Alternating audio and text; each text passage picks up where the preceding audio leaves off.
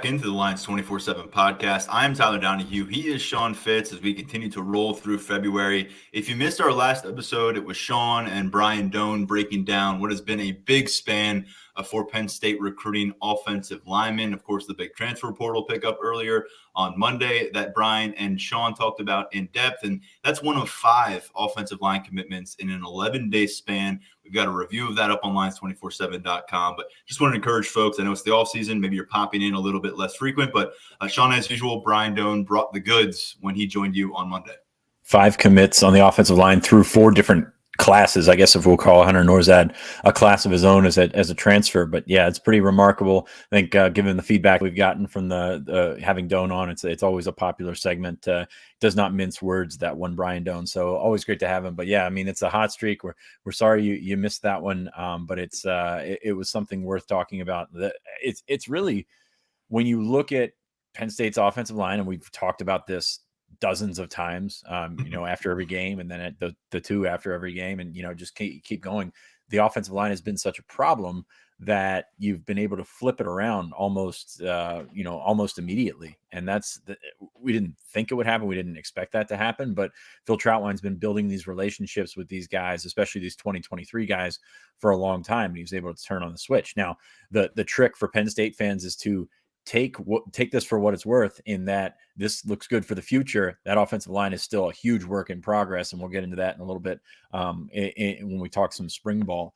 But yeah, it's been really remarkable to watch this come together. There's still some big targets out there. There's some guys that Penn State actually stands in pretty good shape with as well. So, for us to be talking about how much space are they capped at for this class on the offensive line right now, and this is referring to the 2023 class, of course, that's a big change from what we've seen in the last couple of cycles. Absolutely. And I know people want to see on-field results, and we'll have a chance to see that starting the spring and more specifically in the fall. Literally the only guy out of these 5 we think will factor in there, of course, is Hunter Norzad, coming in after a stellar career in all Ivy League campaigns with Cornell. Everybody else, you're looking at maybe all the way into 2027 as kind of that impact. You go all the way to Cooper Cousins, a 2024 commit, your first 24 commit.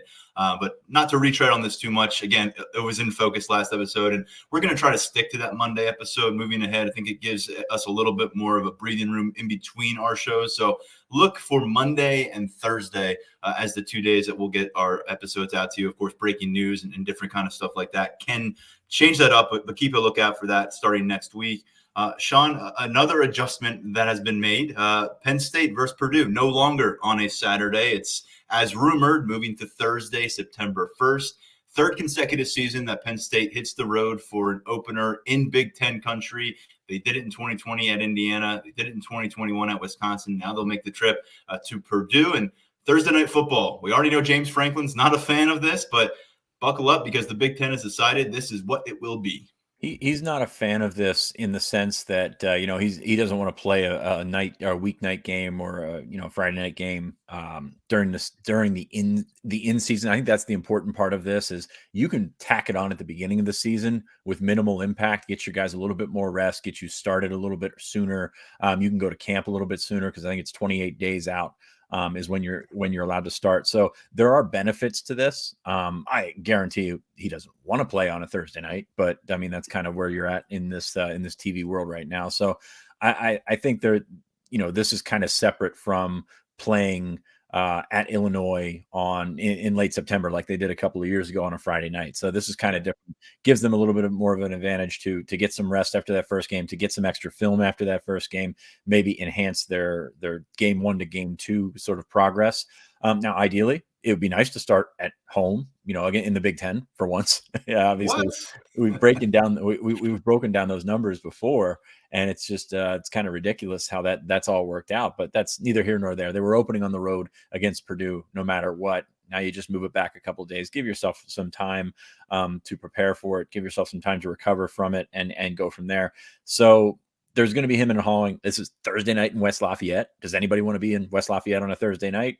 I don't know, but this is not something that's really new to the conference. Ohio State opened last year on a Friday night, I believe. So those ratings will give you added exposure. I guess you could put that silver lining in there as well. But just for it being the opening game of the season, I think that's the main thing to look at here is it doesn't change a ton from a football standpoint. Now, if you're planning on going to this game and you were planning on maybe making a Labor Day weekend out of it or something like that, it's going to change your plans. But from a football perspective, which is what we're trying to cover here, it doesn't really do all that much to your personal schedule.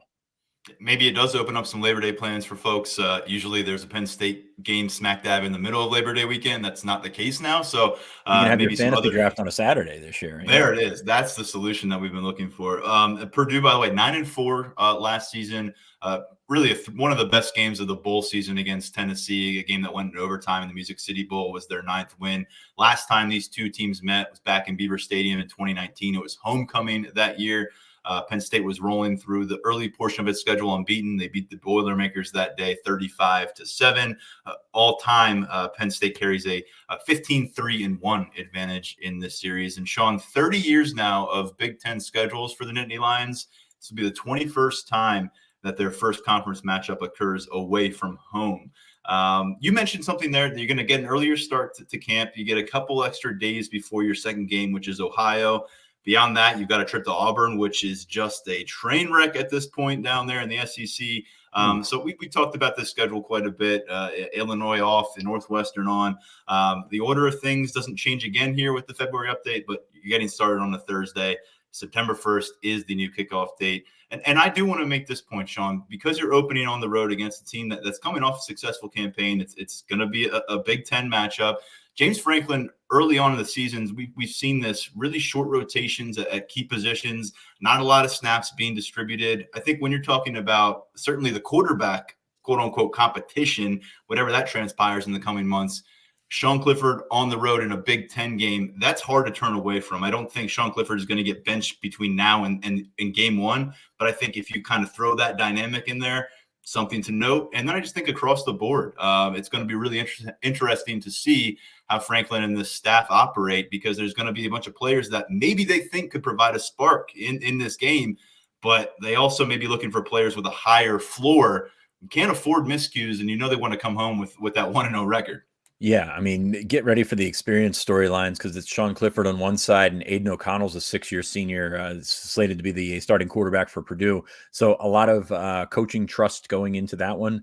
No David Bell, which is absolutely huge. I know Purdue played without him in the bowl game, but still, I mean, it's just you take an all Big Ten. I think he was receiver of the year in the conference last year. Take him out of the equation, things change for Purdue. So it'll be interesting to see how they sort of replenish their passing attack through that. But yeah, a lot of experience. It's not dissimilar to the Wisconsin game this year. And you mentioned the tightened up rotations and getting those guys, that have played a lot of football out there and leaning on their experience. And I think that's probably kind of the same thing in what you see here.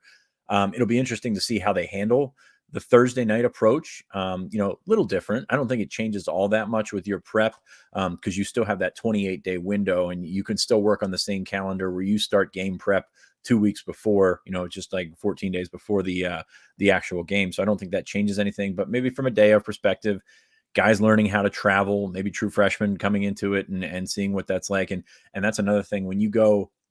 Sometimes for these, if you were playing, your first road game at Auburn or something like that, you could take your whole squad.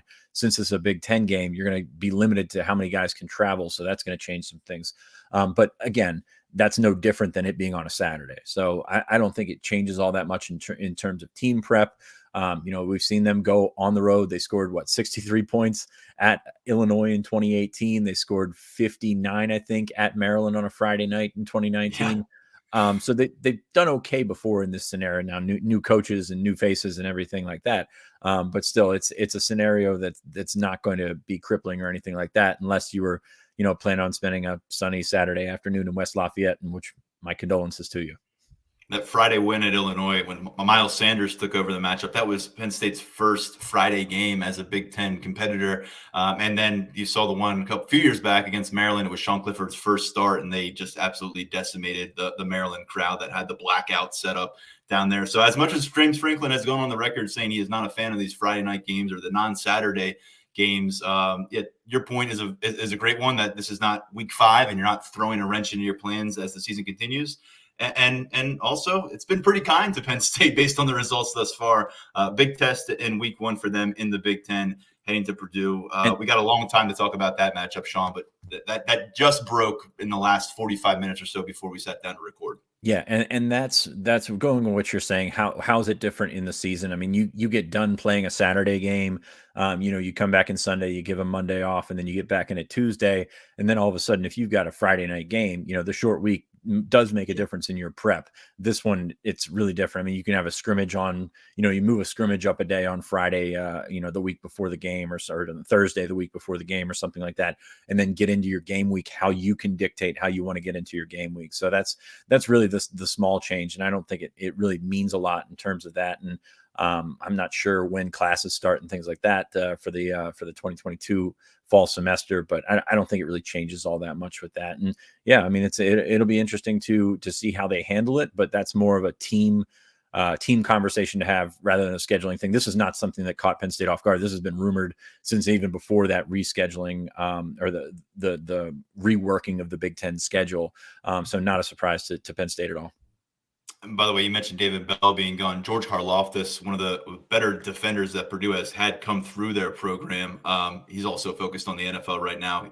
First team All Big Ten selection last year. We were going to talk a lot about what Penn State is missing from their 2021 roster going into this matchup. Purdue down some really special players as well. Sean, shifting gears, the earliest portions of preparing for these kind of matchups occur in the winter, and we've got winter workouts now occurring here in State College. That started on Tuesday.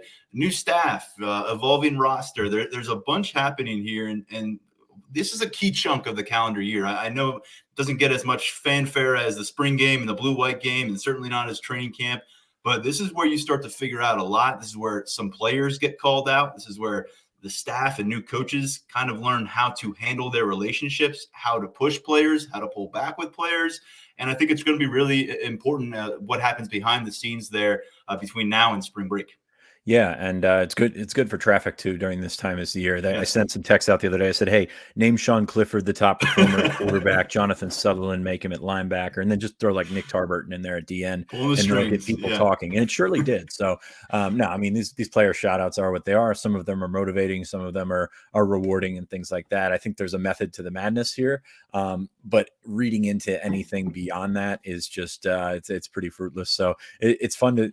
I get a chuckle out of it every year when it comes up, and we start hand wringing and things like that. I don't think we've quite gotten there yet, but it's always fun to watch with those I guess player shout out of the day. Yeah, we got our second batch of those player shout outs today. The only 2-time selection, Kevon Lee in the running back room. So people are already wondering, where's Nick Singleton? What's gone wrong? Yeah, no, there's a lot you can read between the lines, but you don't have to with these tweets. It'll be fun to follow, though, as winter workouts continue. Hopefully we'll get a chance to speak with the new staff. Chuck Losey, of course, now in charge. And Sean, you mentioned this about the strength and conditioning and some of the new faces, and, of course, Galt being gone. And we'll learn about those ramifications. But you wrote up in one of your trimmings pieces last week about there are some tangible, I guess, adjustments that are now surfacing. Yeah, and I think it's something that where you see a changeover process like this, it just is old guard to new guard type things. I mean, Chuck is obviously a younger guy than Dwight. It's the wrong thing to say Dwight's stuck in his ways, but he did things so well for so long. It's easy to go back into those habits. So I just think with a new staff, led by Chuck, they'll take some new things into account here. Just talking to people in the program, just different dynamic warm-ups and competitions and things like that kind of keep players engaged and putting players in certain groups with guys on similar tracks and things like that. And I think the science aspect of it's probably the biggest thing. John Fleury's now, with the, he's one of the sports scientists or whatever, but now he's more involved with the strength and conditioning. So I think that's something where you're sort of getting younger and adjusting to the times. And like I said, tremendous respect for Dwight Galt, one of the best of all time. But there's things that you can pick up and sort of modernize some things. And I'm excited to see if there's any, things that you notice or we can notice if we get in there for one of those workouts or something of that nature. We've become accustomed over the years to getting kind of an annual post-winter workout report from Dwight Galt before the team leaves for spring break. We hope that could be the case, maybe with Chuck this time around, make his big debut in a media scrum. We'll find out soon enough. But Sean, a big thing that Dwight Galt always could hang his hat on, and I think when you review his resume at Penn State, a lot of people want to point to it, those results at the NFL scouting combine from some of the guys he worked with over the years, the way they developed. The next batch of those guys getting ready. They'll have Penn State Pro Day coming up in March. But before then, the scouting combine back in Indianapolis. Been a weird couple of years with COVID. Seen guys sending in videos of their workouts. It's been kind of all over the place with the draft prospect. A little bit of a similar routine from what we knew in the years earlier. And that includes a week in Indianapolis for 8 former Penn State players. That's the highest total of invitations sent out by the NFL Scouting Combine to the Penn State alum since 2018, which was when Saquon Barkley and Mike Gesicki and Troy Apke, as you well know, went out there and dazzled in Indianapolis. They did okay that year, if I recall correctly. Also, Grant Haley was out there, and he's going to play in the Super Bowl this weekend. Yes. So that's pretty cool. But yeah, I mean, no real surprises here. I mean, guys that you could have put on the edge here, Derek Tangelo, Ellis Brooks, guys like that. But they'll get their chance at Pro Day.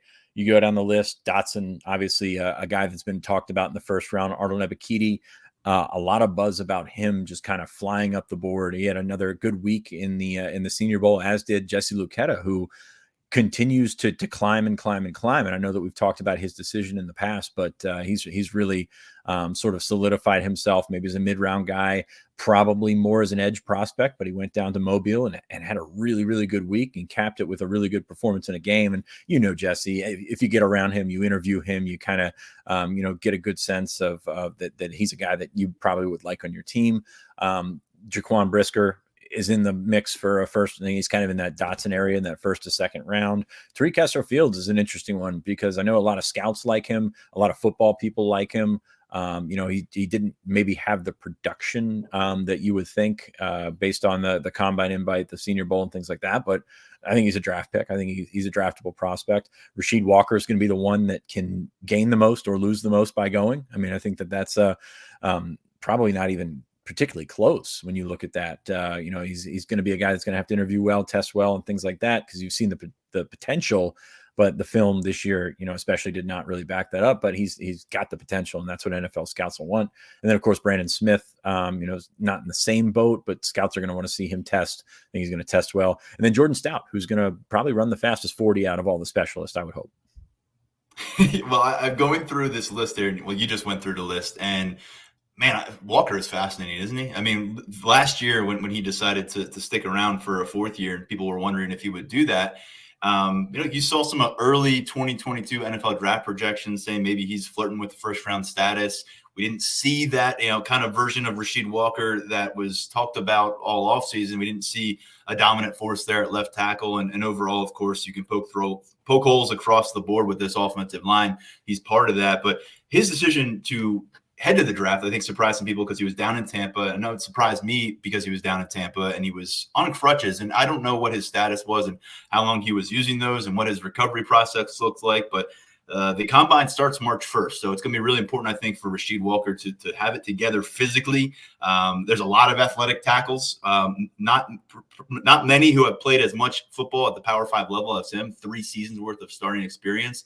But Walker, he's kind of like just an open-ended situation as a prospect right now because we didn't see him, I guess, reach that next plateau at Penn State that we thought might happen in 2021. And I don't know if that means that it can't happen for him on a football field with the right fit. Maybe a few years from now. I know Donovan Smith has surpassed a lot of people's expectations coming out of Penn State, and what he's done with the Tampa Bay Buccaneers is kind of a staple of their offense for a better part of a decade at this point.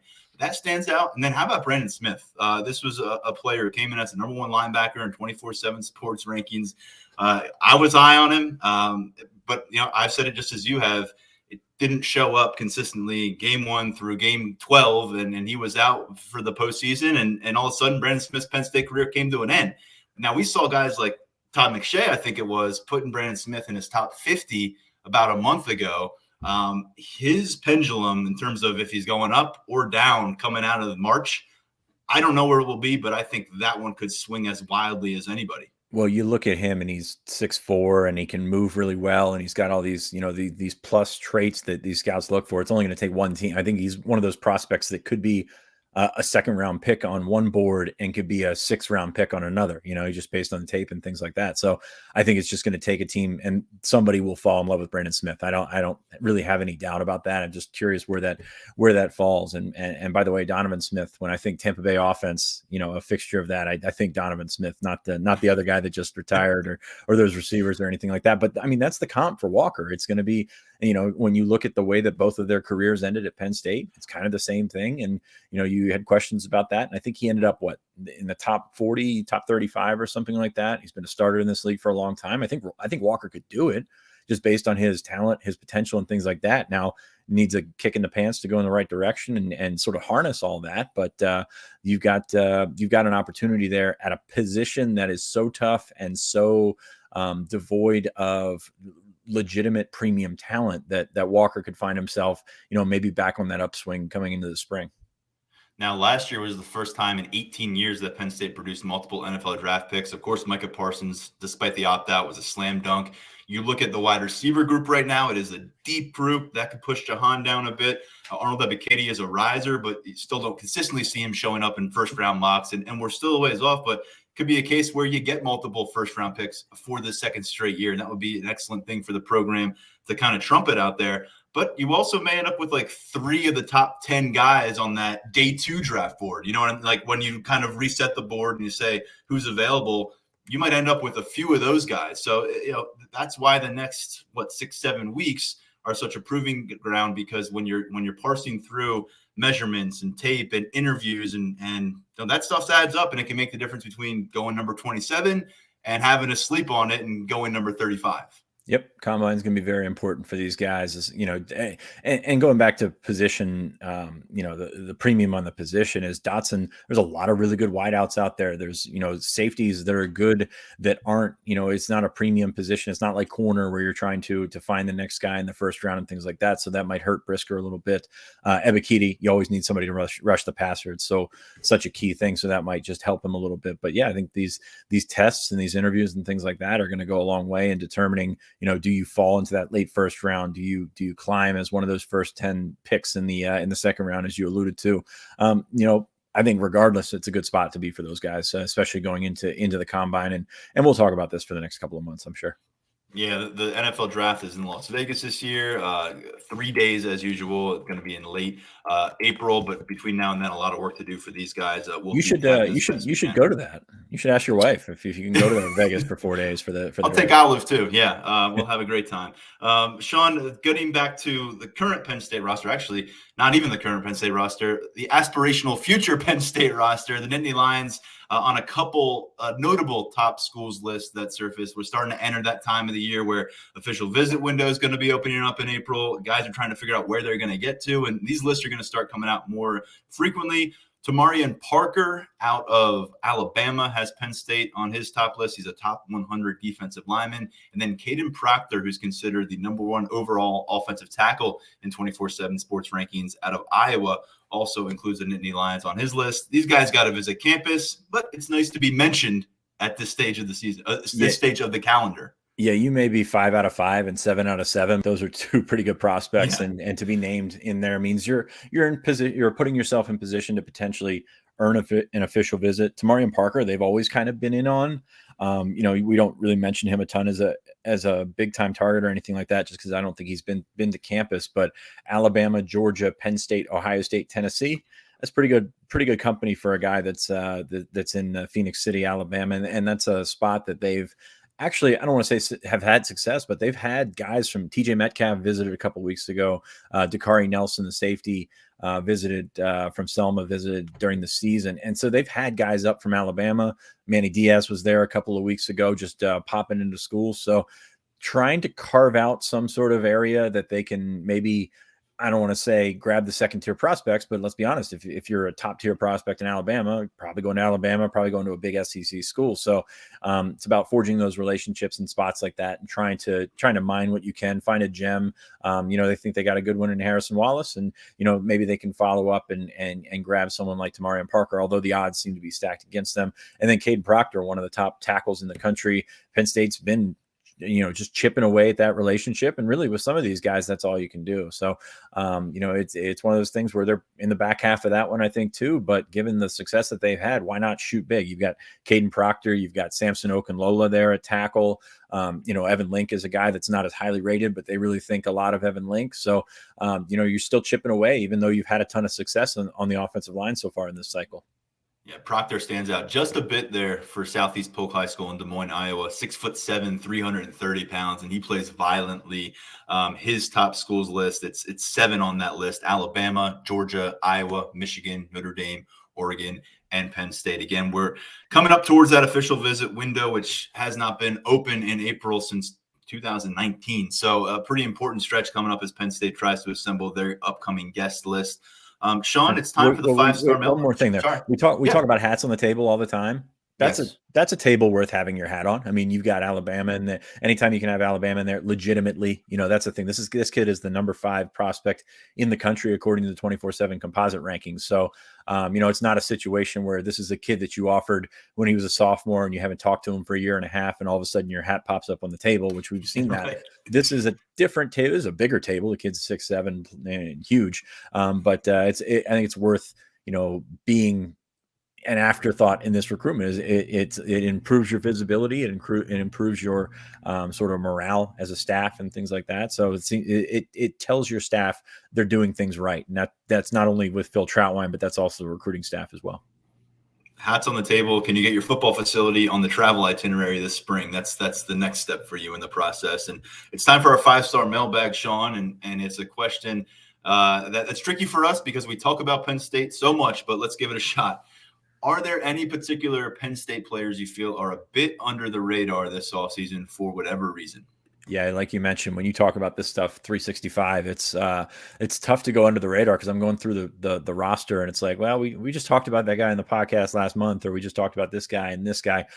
So I think there's a couple of guys that jump out to me, and some will be starters, others will be rotation guys. Keandre Lambert-Smith, of course, we're going to talk a lot about Parker Washington, going to talk a lot about Mitchell Tinsley, who I wrote up something about last week in another one of those trimmings pieces with the early feedback on him. But Keandre Lambert-Smith is still developing. I think that there's a jump that can be made in this offseason, get stronger. There's no shame in being the third guy if you can be effective. And he's been a guy that's been able to get deep. He's been a guy that's been able to catch balls. He's still working on that, the mental aspect of the game, where if he drops a ball, you've got to bounce back right away and get to it. So I think Keandre Lambert-Smith, if he has a good offseason, can get a little stronger, can really make some moves. I don't know that he's going up much higher than being a starter, but he's a tremendously physically gifted guy. He's a very competitive guy. He's a guy that they like a lot. So, holding on to that spot and taking it and running with it could be a good opportunity for him and this wide receiver group. And when you lose a guy like Jahan Dotson, there's certainly opportunity there. So go with him on the offense. Defense is interesting because we heard a lot about this guy last spring, and then he kind of, I don't want to say went away, but you had Joey Porter and Tariq Castro-Fields playing a ton of snaps at corner this year.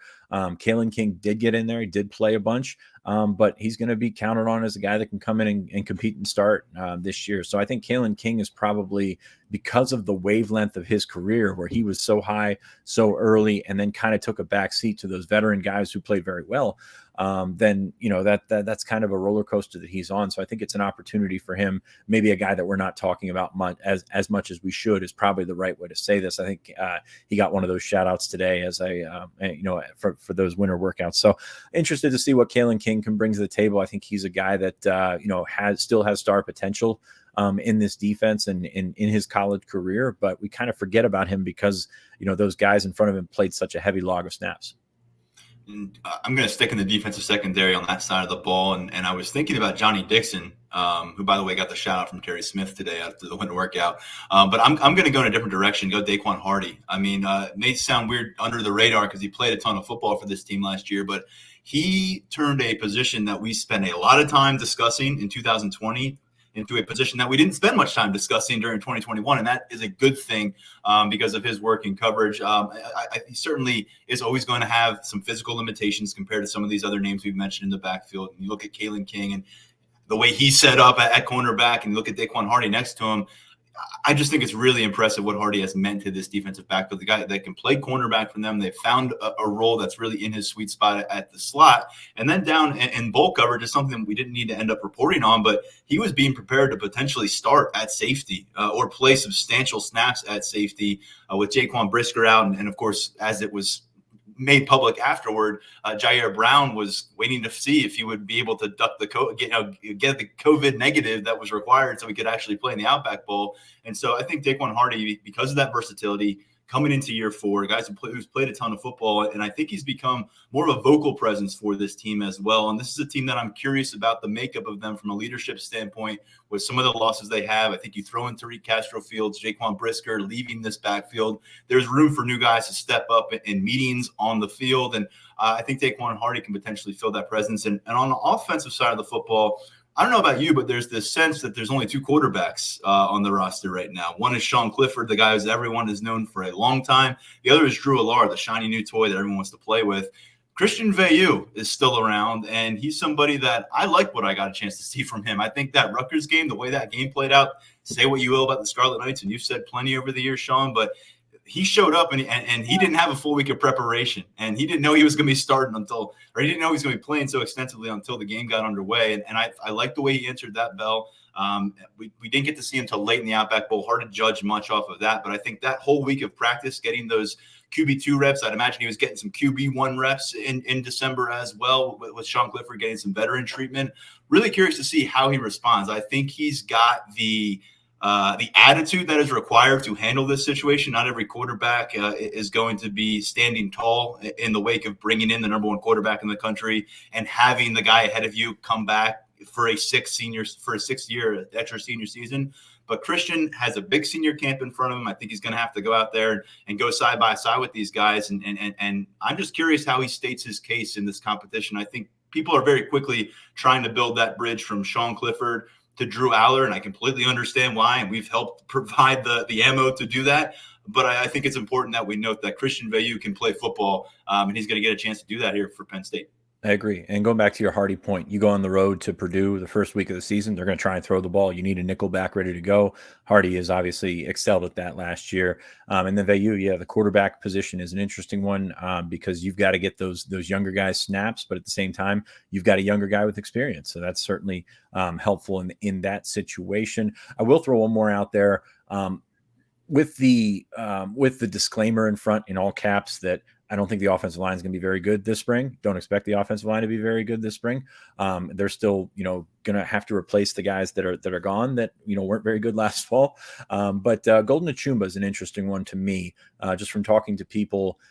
Salim Wormley was a guy that was in line to start last year. He got hurt.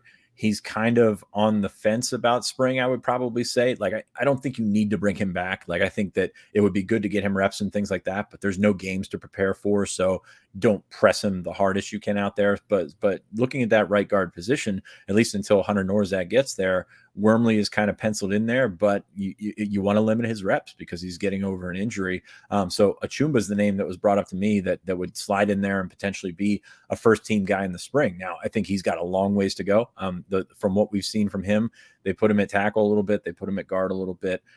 It's going to be a true wild card in that right guard spot, but it's an opportunity for him, and I'm curious to see how he embraces that, how he handles that, and if he can stay healthy, because that's kind of been the book on Golden Achumba, Israel Achumba, throughout his career is, can he stay healthy? He's had some foot problems and things like that, but hey, it's a big opportunity for the big guy. We'll see if he can embrace it. Again, I don't expect a ton from that offensive line in the spring, but it's really a great chance for him to step up and maybe solidify himself in the 2 deep going for the fall. Yeah, and he falls into that category, one of those 5 2020 offensive line signings. Olu Fashanu seems to be the front runner for left tackle where he started. We expect him to be that first teamer if he's ready. And then Golden Israel Trumba, Traore, Christ, Dawkins. Who's going to emerge here? And that's an interesting one because he's not a name that we have discussed much here on the podcast at any point since really he signed with the team. And don't take that as for me to say he's going to be a breakout player, or he's going to be great or anything like that. It's just he's got an opportunity, and we really have not talked about him during his time on campus so far. We'll see what happens. Plenty will surface from winter workouts and spring about some of these roster risers. Always fascinating time of the year to see who's making strides toward the season. Sean, one other note here as we wrap things up. A couple Penn State players vying for a Super Bowl championship. Grant Haley and Nick Scott, both with the Los Angeles Rams.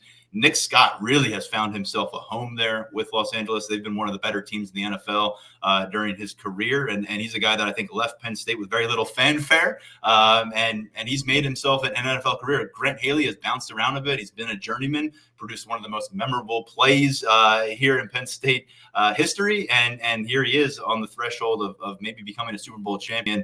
No one on the Cincinnati Bengals side of things, but last year you had Godwin, Donovan Smith, A.Q. Shipley, although he was sidelined and injured, winning the Super Bowl.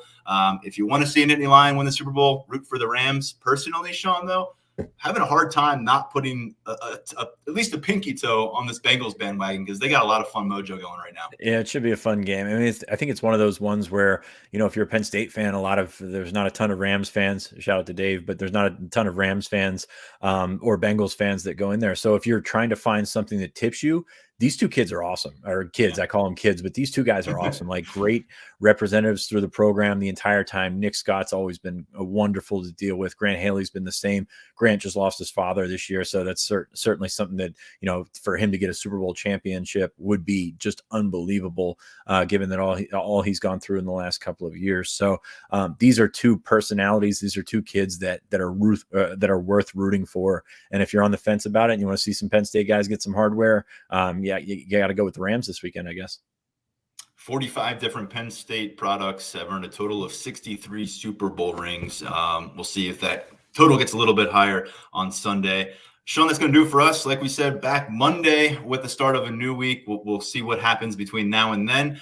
We did have Pat Fryermuth on last year and talking about the path to the draft. We hope to have some more of these draft prospects from Penn State on between now and the draft. So stay tuned for that. Of course, recruiting news will pop up. We'll get on that. Lions247.com is your destination between episodes.